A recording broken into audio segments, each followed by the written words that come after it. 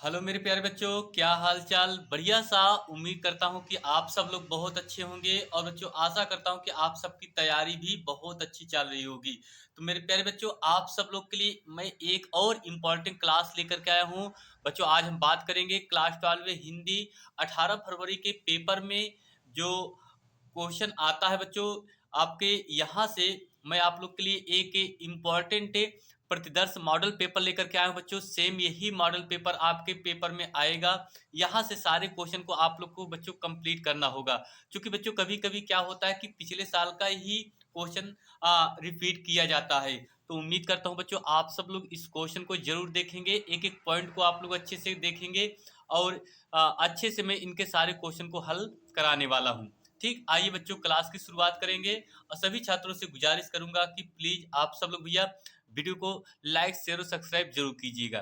देखिए बच्चों, ये हिंदी का पेपर है बच्चों, आप लोग देख सकते हैं। यहाँ बच्चों आपको अपना नाम लिखना रहता है और यहाँ अपना अनुक्रमांक लिखना रहता है। ठीक है। और बात करें, ये पेपर का कोड है बच्चों 301 EHG। ठीक, ये पेपर का कोड है, अपनी कॉपी में इसको लिखना रहता है। ठीक है। और आपका जो पूर्णांक होता है वो भी 100 का होता है। और टाइमिंग बच्चों अगर बात करें 3 घंटे 15 मिनट का होता है। शुरू में बच्चों आपसे अगर हम बात करें, जो 15 मिनट का टाइमिंग होता है वो छात्रों को पढ़ने के लिए दिया जाता है। देखिए, प्रारंभ के 15 मिनट परीक्षार्थियों को प्रश्न पत्र पढ़ने के लिए निर्धारित है। इस प्रश्न पत्र में कितने खंड है बच्चों? 2 खंड हैं। ठीक है, दोनों खंडों के सभी प्रश्नों को उत्तर देना अनिवार्य होता है। बच्चों देखिए, ये खंड का से अगर शुरुआत करें तो खंड का अगर पहला जो क्वेश्चन है वो ऑब्जेक्टिव क्वेश्चन होता है। कौन सा क्वेश्चन होता है बच्चों? ऑब्जेक्टिव क्वेश्चन होता है। पहला क्वेश्चन आप देख सकते हैं, लिखा है पहले का लिखा है, कह रहा है कि आधुनिक हिंदी एकांकी का जनक माना जाता है।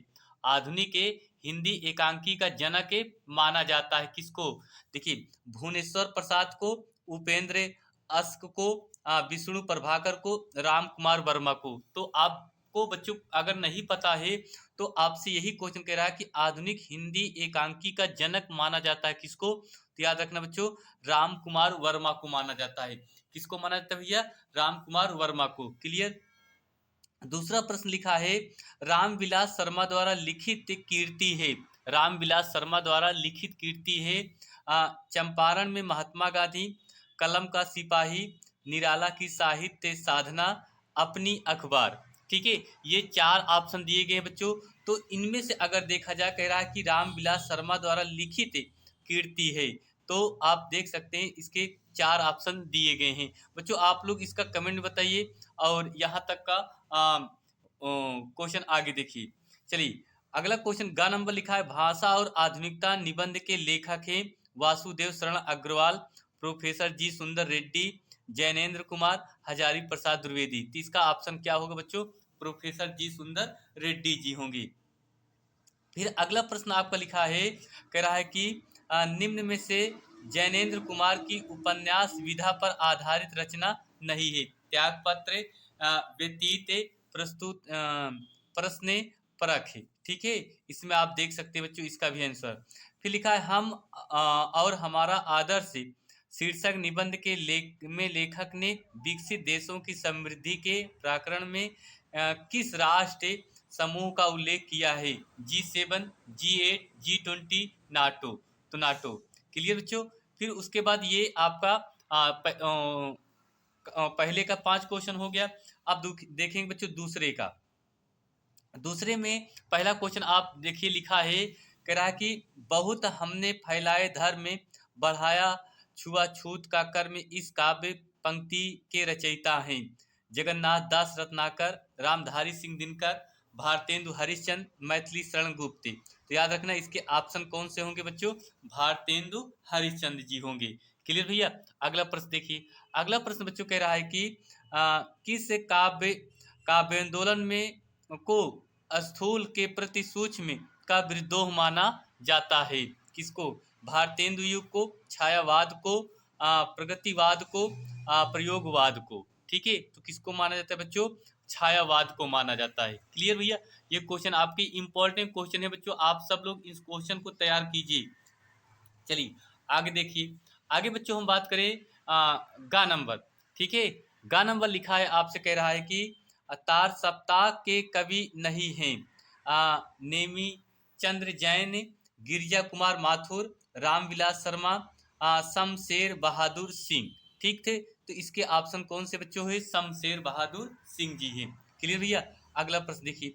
अगला प्रश्न बच्चों आपसे कह रहा है कि प्रगतिशील लेखक संघ की स्थापना हुई थी सन 1935 में, सन 1943 ईस्वी में, सन 1918 में, सन 1936 ईस्वी में। तो ऑप्शन कौन सा होगा बच्चों?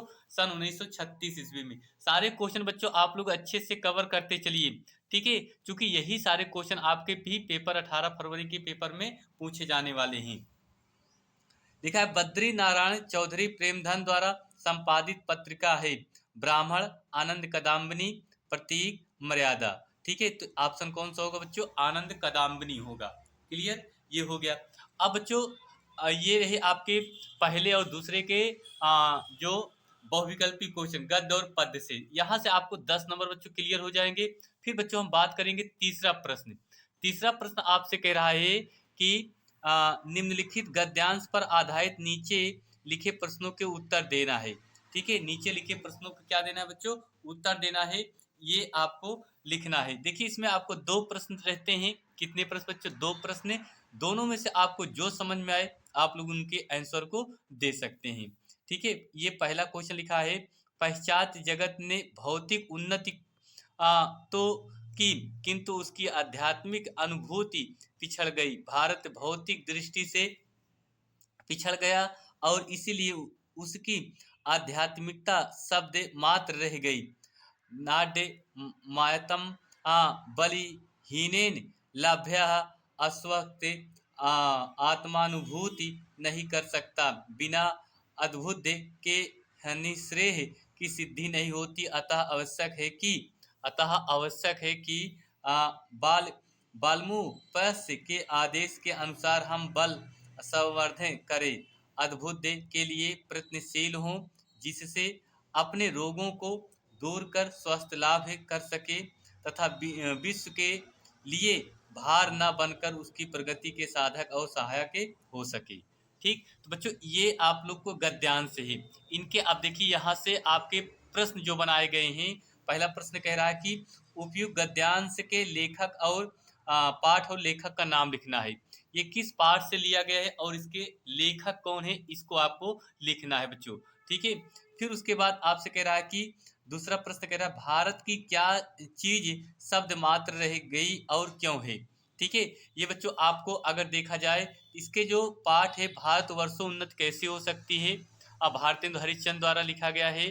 ठीक है, देखिए देखिए भैया, तो तीसरा प्रश्न कह रहा है कि पश्चात जगत ने किस क्षेत्र में उन्नति की, इसका भी आंसर आपको बताना है। अशक्त तथा संवर्धन शब्दों के अर्थ लिखिए। रेखांकित अंश की क्या करना है बच्चों? व्याख्या करना है। ठीक है, ये रहा आपका। ठीक है, उसके बाद बच्चों आपका अथवा एक प्रश्न और देता है। क्या देता है? अथवा। आप उसको भी कर सकते हैं, ये नहीं आ रहा है तो अथवा देखिए कौन सा प्रश्न कह रहा है। देखिए ये है। ठीक है, अथवा में लिखा है निंदा का उद्गम ही हीनता और कमजोरी से होता है। निंदा का उद्गम हीनता और कमजोरी से होता है।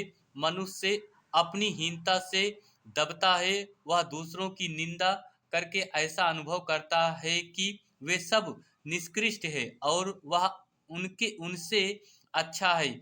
उनके अंक अहम की इससे तुष्टि होती है। वही आ, बड़ी लकीर को कुछ मिटाकर छोटी लकीर बड़ी बनती है। फिर आगे देखिए रेखांकित अंश यहाँ से लिखा है ज्यों ज्यों कर्म क्षीण होता जाता है त्यों त्यों निंदा की प्रवृत्ति बढ़ती जाती है। कठिनाई कर्म ही ईर्ष्या दोष और उससे उत्पन्न निंदा को मारता है। यहाँ देखिए ईर्ष्या बड़ा ईर्ष्यालु माना जाता है क्योंकि वह निष्ठल है। स्वर्ग में देवताओं को बिना उगाया अन्न ओ बनाया महल और बिन बोए फल मिलते हैं। आक्रमणता में उन्हें अप्रतिष्ठान होने का भय बना रहता है। इसलिए कर्मी मनुष्यों ने से ईर्ष्या उन्हें ईर्ष्या होती है। ये देखिए, तो आप यहाँ से देख सकते हैं कि बहुत सारे मैंने आपके गद्य को पहचानने की ट्रिक भी बताई थी बच्चों। ये देखिए, आप यहाँ से देखिए, लिखा है ना, निंदा लिखा है। क्या लिखा है? निंदा लिखा है, तो आप समझ सकते हैं यह निंदा रस से लिया गया है। किससे लिया गया बच्चों? निंदा रस से लिया गया है।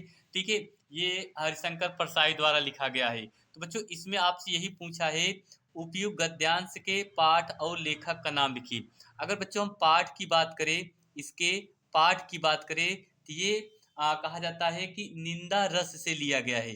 किससे लिया गया बच्चों? निंदा रस से लिया गया है। क्लियर भैया? निंदा रस से लिया गया है। ठीक, अगर इसके लेखक की बात करें बच्चों, लेखक की अगर हम बात करें, तो यह हरिशंकर परसाई द्वारा लिखा गया है। किसने लिखा है बच्चों? हरि शंकर परसाई जी लिखे हैं। ठीक है, हरिशंकर परसाई। ठीक, ये हो गया आपका। क्लियर बच्चों? देखिए, आसानी से आपको यहाँ से भैया आपको क्लियर हो गया कितने का? 2 नंबर का। ठीक, फिर उसके बाद आपसे अगला प्रश्न कह रहा है कि मनुष्य दूसरों की निंदा कैसे कह रहा है कि मनुष्य दूसरों की निंदा करके कैसा अनुभव करता है। जो मनुष्य होता है वो दूसरों की निंदा करके कैसा अनुभव प्राप्त करता है। भाई, कहा जाता है कि वह अपने आप को बहुत अच्छा प्राप्त करता है। फिर लिखा है, देवताओं को कर्मी अनु मनुष्यों से क्यों ईर्ष्या होती है। देखिए, लिखा है कि जो देवता लोग होते हैं, देवताओं को कर्मी मनुष्यों से उनकी जो कहा जाता है ईर्ष्या, देखिए, मनुष्यों से क्यों ईर्ष्या होती है। ठीक है, इसके अगर बच्चों हम बात करें आंसर, लेखक के अनुसार कर्मी मनुष्यों में ईर्ष्या होती है क्योंकि वह आक्रमण होते हैं। क्योंकि वह बच्चों क्या होते हैं? आक्रमण होते हैं। देखिए, आक्रमण में उन्हें परिष्ठान होने का भय बना रहता है। ठीक, फिर उसके बाद लिखा है, उद्गम तथा निष्ठल शब्दों के अर्थ लिखिए। उद्गम और निष्ठल शब्दों को क्या लिखना है बच्चों? अर्थ लिखना है। ठीक, फिर कह रहा है कि रेखांकित अंश की व्याख्या करना है। ये देखिए, यहाँ से आपको लिखा है ना, ज्यो ज्यो कर्म क्षीण होता जाता है। ठीक है, ज्यो ज्यो कर्म क्षीण होता जाता है, यहीं से आपको क्या करना है बच्चों? इसका अर्थ लिखना है, यानी कहा जाए कि व्याख्या करना है। ठीक भैया, ये हो गया आपकी। फिर उसके बाद बच्चों अगर हम बात करें, आपका चौथा जो प्रश्न होता है, निम्नलिखित पाठ्यांश पर आधारित नीचे प्रश्नों के उत्तर देना है। ठीक है, उत्तर देना है। ये देखिए, आपके 4 प्रश्न, सॉरी, चौथे में आपका पहला प्रश्न क्या लिखा है? लिखा है, निरख सखी ये खंजन आए, फेरे उन मेरे रंजन ने नयन इधर मन भाए, फैला उनके तन का तप मन में सराय, झूमे हुए इस ओर वहाँ ये हंस वहाँ उड़ छाए, आकर के ध्यान आज इस जन का निश्चय वे मुस्काए, फूल उठे हैं कमल अधर उठे बंधुन सहाय, स्वागतम स्वागतम शरद, ये। ठीक है बच्चों, भाग्य से मैंने दर्शन पाए, नभ ने मोती वारे वारे लो ये अछु आध्र भर लाए, ये है। तो बच्चों, इसमें भी आपके 5 प्रश्न बनते हैं। ठीक है, 5 प्रश्न में आप देख सकते हैं, पहला प्रश्न क्या लिखा है? कह रहा है, उपयुक्त गद्यांश पद्यांश में के पाठ और लेखक का नाम लिखना है। पाठ और क्या लिखना है बच्चों? लेखक का नाम लिखना है, या कौन से पाठ से लिया गया है, इसके लेखक कौन है, इसको आपको लिखना है भैया। ठीक है, देखिए, अगर बात करें बच्चों, ये आपका, तो भैया आपसे यही कह रहा है कि उपयुक्त पद्यांश के पाठ और लेखक का नाम लिखना है बच्चों। ये बात करें, पद से लिया गया है। किससे लिया गया है? पद से लिया गया है। और इसके अगर रचयिता की बात करें बच्चों, तो मैथिली शरण गुप्त जी हैं। कौन है भैया? मैथिली शरण गुप्त जी इसके लेखक हैं, रचयिता हैं। ठीक है, आप लिख सकते हैं भैया, मैथिली आ, मैथिली शरण गुप्त। ठीक, मैथिली शरण गुप्त जी इसके क्या है बच्चों? रचयिता हैं। क्लियर। फिर उसके बाद लिखा है, इस पद्यांश में किस ऋतु का वर्णन किया गया है? इस पद्यांश में किस ऋतु का वर्णन किया गया है, इसको आपको लिखना है बच्चों। ठीक है, तो अगर भैया इसके बात करें इस पाठ में अगर देख तो इसमें बच्चों शरद ऋतु की वर्णन किया गया है। इसमें किसका किया गया बच्चों? शरद, ठीक है, ऋतु का आपसे चर्चा की गई है, ठीक है। तो शरद ऋतु का किया गया है। फिर कह रहा है कि सखी को खंजन पक्षी कौन दिखा रहा है? सखी को जो खंजन पंछी है वो कौन है दिखा रहा है, ठीक है। तो इसका जो आंसर होगा आपका भैया होगा रंजन शब्द। कौन सा होगा बच्चों? रंजन शब्द होगा, ठीक है। कहा जाए कि सखी को खंजन पंछी दिखाने का तात्पर्य है कि गृहिणी उर्मिला को ऐसा लगता है जैसे आनंद देने वाले प्रीतम ने इस खंजन पंछियों को रूप में मुझे सुंदर लाने वाले अपने नेत्र को आभूषण दिए हैं, ठीक है। ये आपकी चार। उसके बाद रेखांकित अंश की व्याख्या करना है। इसका आपको क्या करना है बच्चों? व्याख्या करना है, ठीक भैया। ये हो गया। अब आगे हम और देखते हैं बच्चों। दूसरा अथवा इसमें देता है आपका, देखिए ये आपका अथवा है, ठीक है। लिखा है छाए मानव जन की दिशाहीन सब ओर पड़ी वह सूरज नहीं उगा था पूरब में वह वर्षा साहस फिर लिखा है बीचों बीच नगर के काल सूर्य के रथ के पहियों के ज्यों और टूट कर बिखर गए हो दसों दिशा में। ये है, ठीक है। इसके भी आपको अर्थ लिखना है बच्चों। पाठ का नाम, लेखक का नाम लिखना है। ये हो गया। फिर बच्चों हम बात करें आपका पांचवा प्रश्न। पांचवा प्रश्न कह रहा है कि निम्नलिखित में से किसी एक का जीवन परिचय देते उनकी कीर्तियों का उल्लेख कीजिए। अधिकतम कितने शब्द में? 80 शब्द में लिखना है। देखिए वासुदेव शरण अग्रवाल, हजारी प्रसाद द्विवेदी, डॉक्टर एपीजे अब्दुल कलाम।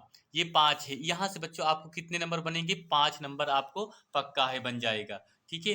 फिर आगे देखिए भैया, आपसे लिखा है खा नंबर निम्नलिखित में से किसी एक कवि का जीवन परिचय देते उनकी भाषा शैली पर प्रकाश डालना है। जगन्नाथ है दास रत्नाकर, सूर्यकांत त्रिपाठी निराला, भारतेंदु हरिश्चंद्र। ये बहुत इंपॉर्टेंट होते हैं बच्चों, हर साल पूछे जाते हैं। क्लियर भैया?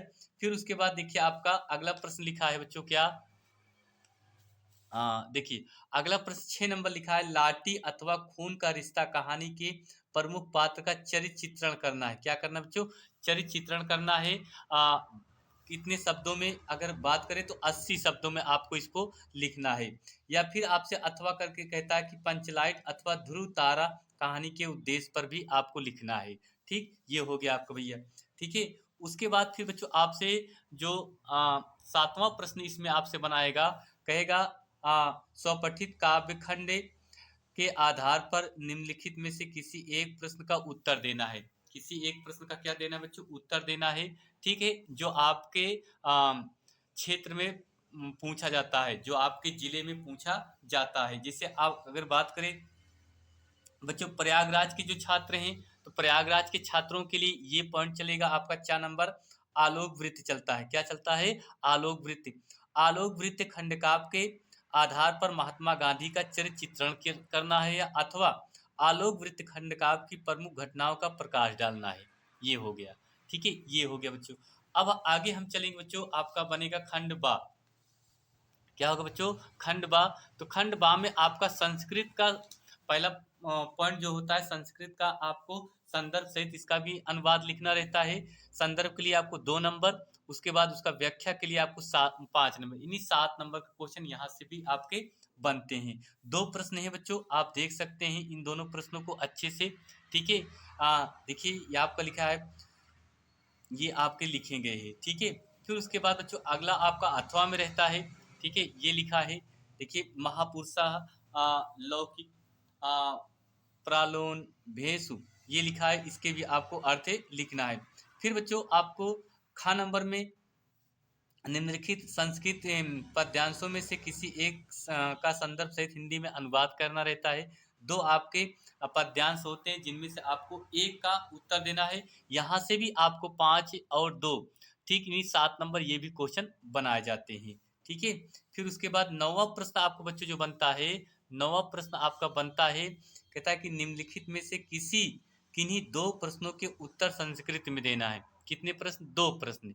ये 1, 2, 3, 4 प्रश्न रहते हैं बच्चों, जिनमें से आपको सिर्फ इनमें से 2 क्वेश्चन का आंसर ही देना रहता है। ठीक है, चलिए भैया आगे देखिए। ये फिर बच्चों हम बात करें आपका 10वां प्रश्न। 10वां प्रश्न आपका काव्य सौंदर्य से पूछा जाता है। ठीक है, का खा गा, यानी का में आपसे कहेगा संयोग, श्रृंगार रस अथवा करुण रस। ठीक है, आपके जो रस होते हैं, ठीक है, रस में आपको याद रखना करुण रस, हास रस, श्रृंगार रस, संयोग रस, ये सारे इंपॉर्टेंट है बच्चों। कोई पूछ ले आपको एक तैयार करना होगा, जिसके लिए आपको परिभाषा क्या लिखना होगा बच्चों? परिभाषा और उदाहरण दोनों के लिए आपको 2 नंबर का क्वेश्चन यहाँ से बनेगा। फिर बच्चों ख नंबर रूपक अलंकार अथवा प्रतीक अलंकार, इसके भी उदाहरण और परिभाषा देना होता है, 2 नंबर यहाँ से बनेगा। फिर सोरठा छंद अथवा बसंत तिलका छंद की परिभाषा उदाहरण, यहाँ से भी आपको 2 नंबर बनेंगी। ठीक है भैया। फिर उसके बाद 11 नंबर बात करें बच्चों, निम्नलिखित में से किसी एक विषय पर निबंध लिखना है। ये वेरी इंपॉर्टेंट टॉपिक बनता है, निबंध लिखना। ठीक है, हर साल बच्चों ये क्वेश्चन जरूर पूछा जाता है, पर्यावरण प्रदूषण की समस्या और समाधान पर। ये बहुत पूछा जाता है, मैंने इसकी बहुत सारी वीडियो भी बनाकर डाली है, आप लोग जाकर के देख सकते हैं। यहाँ से पूरे आपको कितने नंबर बनेंगे बच्चों? 2 + 7 यानी बराबर 9 नंबर का क्वेश्चन आपसे पूछा जाता है। ठीक है, पर्यावरण प्रदूषण और समस्या। ठीक, फिर उसके बाद 12वां प्रश्न आपका बच्चों बनता है, क्या चीज? भवती शब्द का संधि विच्छेद होगा। ठीक है, ये कह रहा है कि भवत संधि का शब्द का संधि विच्छेद करना है। ठीक है, इन सारे प्रश्नों को आप जल्दी से जल्दी नोट कर लीजिए बच्चों, ये सारे प्रश्न आप तैयार कर लीजिए। ठीक है, इन सब प्रश्नों को तैयार कर रहेंगे तो आप लोग को बेहतर रहेगा। चलिए अगला देखते हैं। आइए बच्चों, लास्ट में आपका जो प्रश्न बनता है वो बनता है आपका क्या? प्रार्थना पत्र, यानी पत्र लेखन पूछता है। क्या देखिए, पत्र लेखन इसमें लिखा है, किसी इंटरमीडिएट कॉलेज के प्रबंधक को लिपिक पद पर नियुक्ति के लिए आवेदन पत्र लिखिए। कितने नंबर बच्चों? 8 नंबर के लिए पूछा जाएगा। ठीक है, तो उम्मीद करता हूं बच्चों ये क्वेश्चन आप लोग तैयार कर लेंगे, और ये सारे क्वेश्चन जितना भी आपको हमने बताया, ये पूरा मॉडल पेपर आपको तैयार करना होगा बच्चों। अगर ये पूरा पेपर तैयार कर लेते हैं तो उम्मीद करता हूं कि आपके पेपर में बैठने से पहले आप लोग अच्छे से तैयारी रहेगी और अच्छे से नंबर जरूर पाएंगे। ठीक है, तो बच्चों बस इतना ही। चलिए आज के लिए इतना ही, मिलते हैं एक नई क्लास में। तो आप सभी छात्रों से निवेदन करूंगा कि प्लीज आप सब लोग वीडियो को लास्ट तक जरूर वॉच करिए। थैंक यू, आप सभी छात्रों को बहुत बहुत दिल से धन्यवाद।